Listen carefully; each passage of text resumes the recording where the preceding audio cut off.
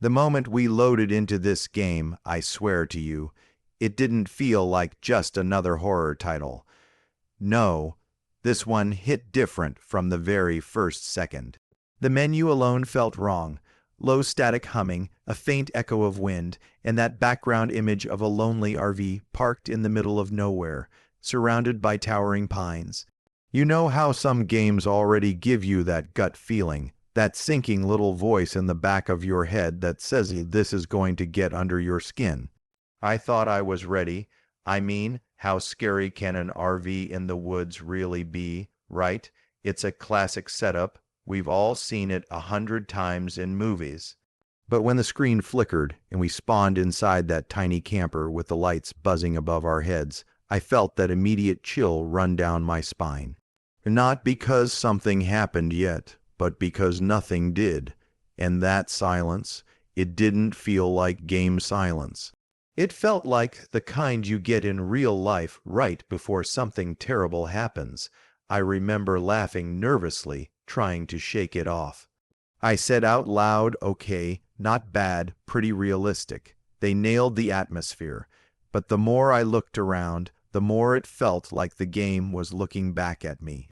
The little details, the way the RV blinds rattled in the wind, the way the fire outside kept flickering higher and then suddenly shrinking down, tiny things that didn't feel programmed. They felt alive. My buddy on voice chat joked, "Bro, you're overthinking it. It's just pixels." But then, right on cue, the sound cut out. I mean completely. No hum, no wind, no crackling fire, just silence, and you could hear it in my voice when I said, "Wait, did the audio break, or is this part of it?" Because it wasn't just silence. It was suffocating, pressing down on me, and that's when it happened. The shadows in the corner of the screen seemed to twitch just a little, too fast to call it movement, too subtle to say it wasn't. I leaned closer, heart beating a little too fast for comfort. My friend asked, half joking, "Did something move?" And I swear to you, I wasn't sure how to answer. That's when my palms started sweating. A stupid horror game, and I'm gripping my controller like it's life or death. I whispered without meaning to, "We're not alone here." And I wasn't trying to be dramatic. It just slipped out, because that's how real it felt in the moment. And then, clear as day, there it was, the sound that shattered the silence, 3 sharp knocks on the RV door. Not muffled, not glitchy, not distant. Right there, inches from where we stood in game, I froze, eyes locked on that door. My friend stopped laughing. We didn't say a word for 5 whole seconds. 5 seconds of pure, heart-stopping fear. And then I said it, the words I'll never forget. This isn't just a game anymore. And just when I thought it couldn't get any worse, that's when the first scream echoed through the mountains.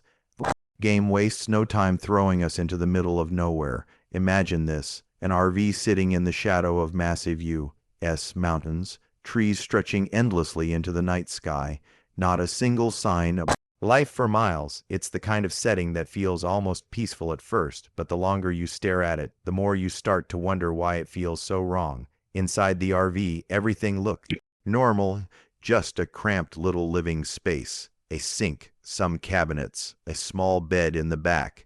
You can almost smell the dusty cushions, hear the faint hum of the generator outside. At first, I thought, okay, this isn't so bad.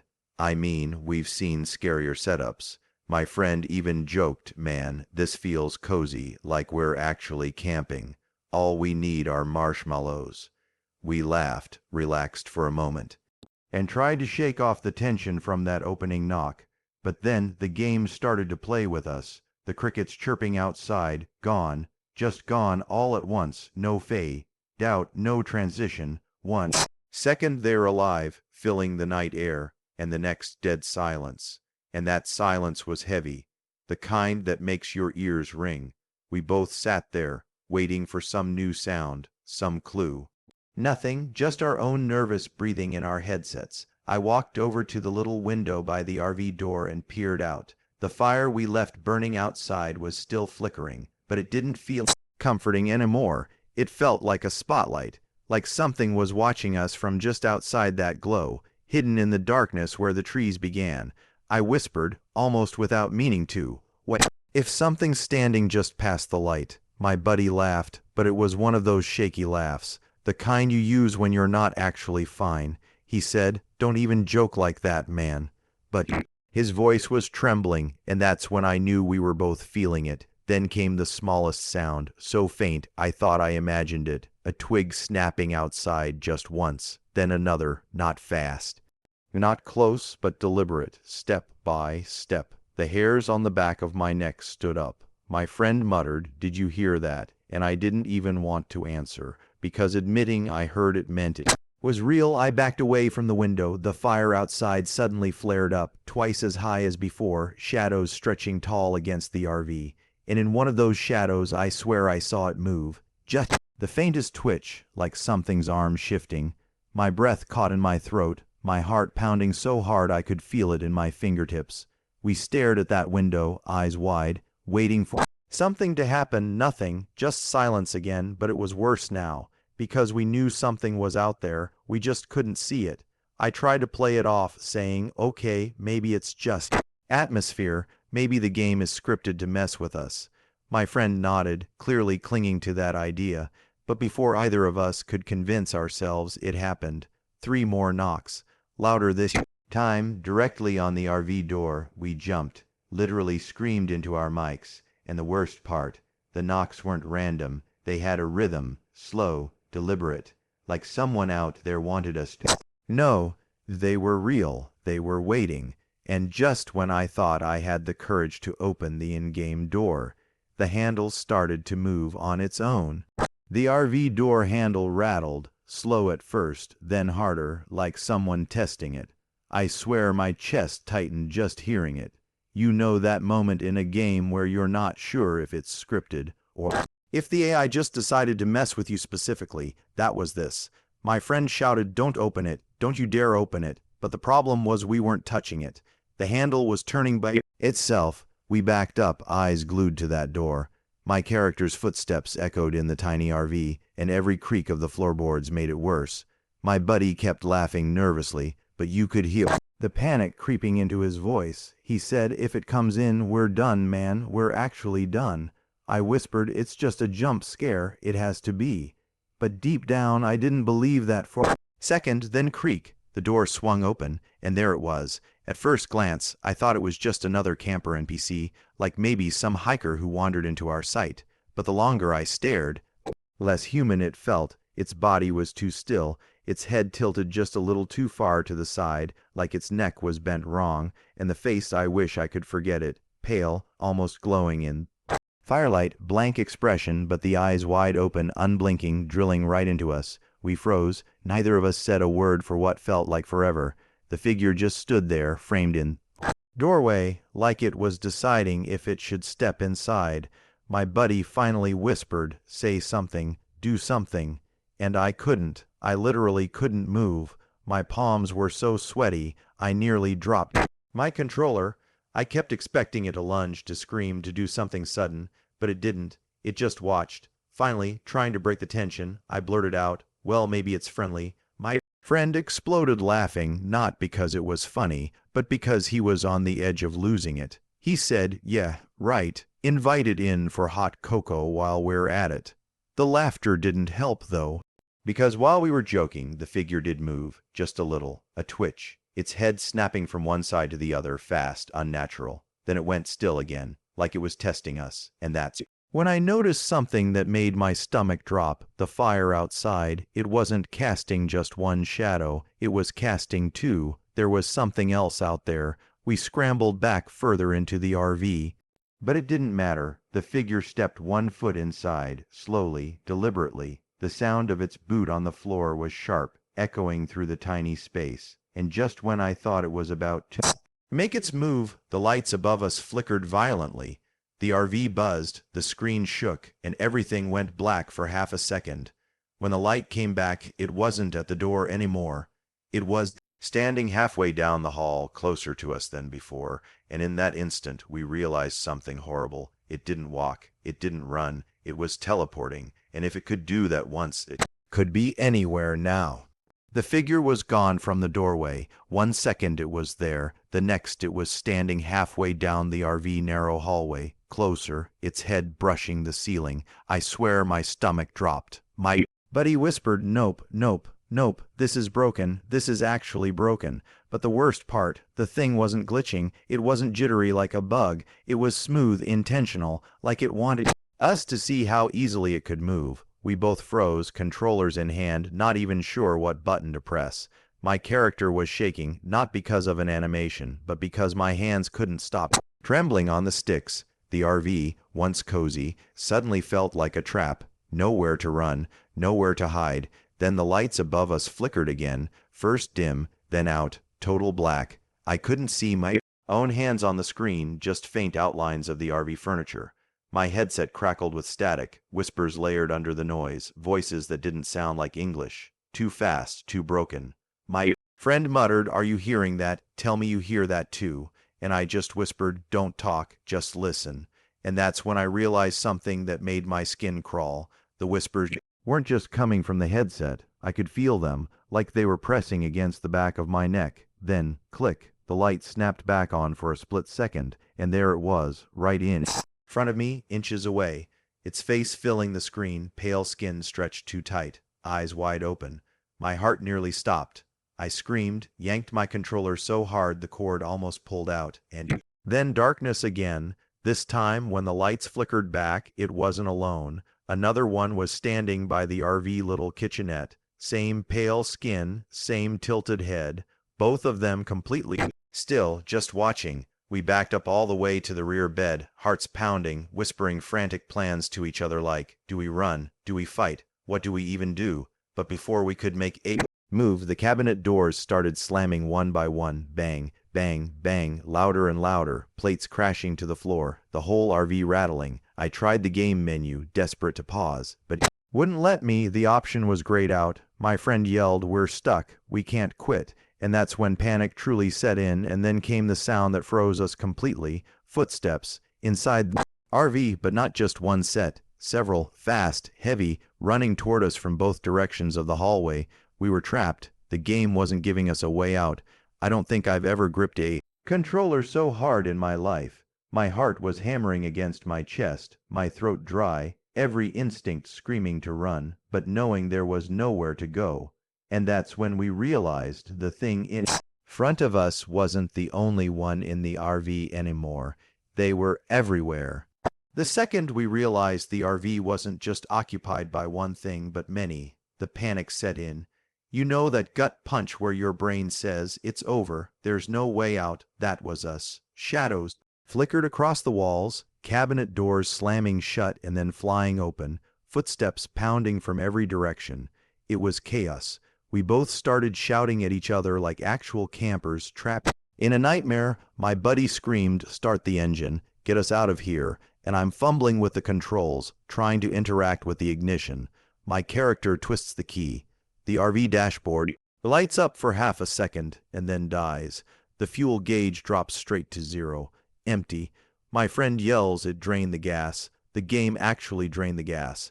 My heart was pounding so hard, I could barely think. We were stuck in a coffin on wheels. The pale figures were still there, standing completely still, but somehow closer every time the lights flickered, watching, waiting. I ran to the back of the RV, hoping there was some kind of weapon, some escape mechanic. Nothing.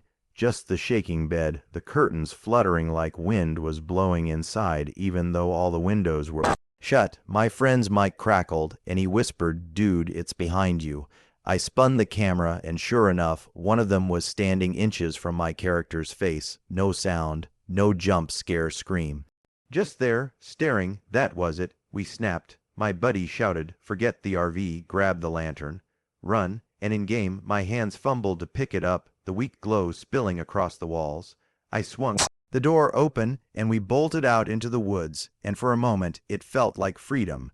The trees stretched out endlessly, the mountain air heavy and cold, the fire behind us dying out. I could almost breathe again, but then I heard it, the sound of something chasing, heavy footsteps slamming the ground, fast, faster than we could run, branches snapping. whispering voices circling us in the dark. The lantern light was barely strong enough to see a few feet ahead, and every time I swung it around, I caught flashes. Pale arms darting between the trees, shapes crouching low, darting closer. We kept running, breathless, screaming directions at each other like, left, go left, and don't look back. But of course I looked back, and I wish I hadn't, because behind us, pouring out of the tree line, were dozens of them, not just one or two, dozens, some crawling on all fours, some staggering, some sprinting inhumanly fast, their eyes glowing faint in the dark like predator animals. My friend gasped, "We're not supposed to win this, are we? This is impossible." And I knew he was right. The game wasn't about surviving.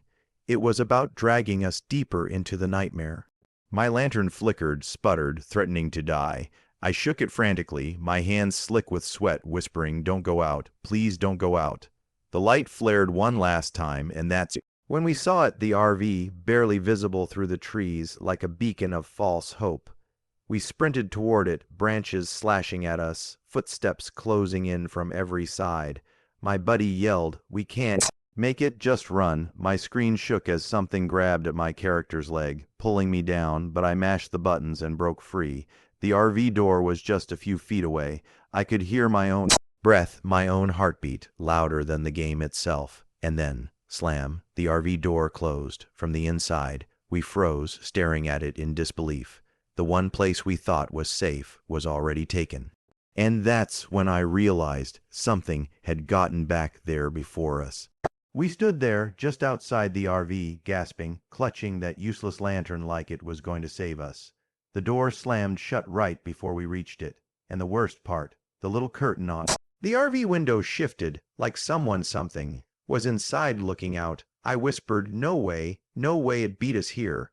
My buddy stammered, "That's impossible, man. We just left it behind. We saw them chasing us." But then the lantern flickered, and for a split second I caught it. A pale face pressed against the glass, too close, smiling. Not the kind of smile you ever forget. It was wide, cracked, stretching too far. We both screamed. I don't even know if we were screaming at the game or at each other. I tried the door anyway, hammering the button, but it wouldn't budge. Locked. My friend shouted, "Forget the RV. Keep moving." But where were we supposed to go? The forest was alive with whispers, dozens of voices overlapping, calling our names, taunting us.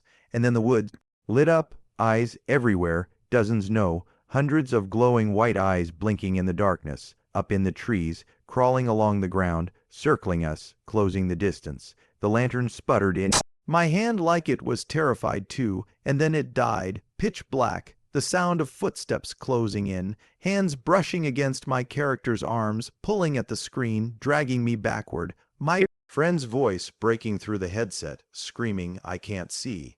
I can't see." And all I could do was mash every button on my controller, praying something would happen. Then silence. Everything froze, no footsteps, no whispers, just dead quiet. My screen lit up again, but not with the lantern, with the RV interior. We were back inside, except it wasn't our RV anymore. Windows were blacked out, covered in claw marks. The cupboards were dripping with something dark and wet, and sitting in the driver's seat, still waiting, was one of them, hands on the wheel, head tilted back, smiling. The screen flickered, static ripping across the picture, and then it cut to black. No victory screen, no game over, just darkness. For a long moment, neither of us said a word. Then my buddy finally muttered, voice shaking, "We're never, and I mean never, camping in the mountains again." I laughed, because what else could you do? But even laughing didn't help, because I kept seeing that face, pressed against the glass, waiting. So yeah, safe to say, this game, never touching it again. And if you're thinking of camping in an RV out in the mountains, maybe don't. At least don't do it alone, because if this game taught me anything, it's that the forest doesn't like being quiet. And trust me, the silence means something's already there. Alright guys, I need to end it here before I actually start checking behind my blinds. If you enjoyed this nightmare, drop a like, subscribe, and buckle up, because the next story I've got makes this one look like a campfire sing-along. Safe to say, we're never opening that game at night again.